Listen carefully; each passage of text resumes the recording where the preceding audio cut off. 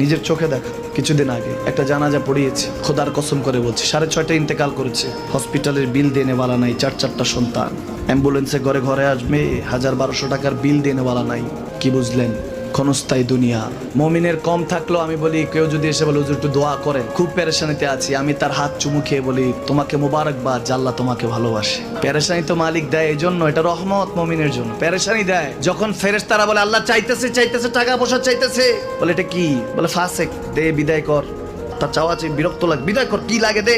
মমিন যখন চাইতে থাকে আল্লাহ আমাকে কিছু লাগবে, যখন একটু করে চায় আমার মাটাকে সুস্থ করে দাও, বাবাটাকে আল্লাহ আমার স্ত্রীকে, আমার আমাকে একটু তৌফিক দাও, চাইতে থাকে মমিন। আল্লাহ বলে যখন ফেরেশতারা দেখে মমিন চাচ্ছে, দেরি করতে পারে না, তাড়াতাড়ি খাজানা নিয়ে দিতে নেবে, আল্লাহ বলে রাখোস না, এত তাড়াহুড়া কিসে?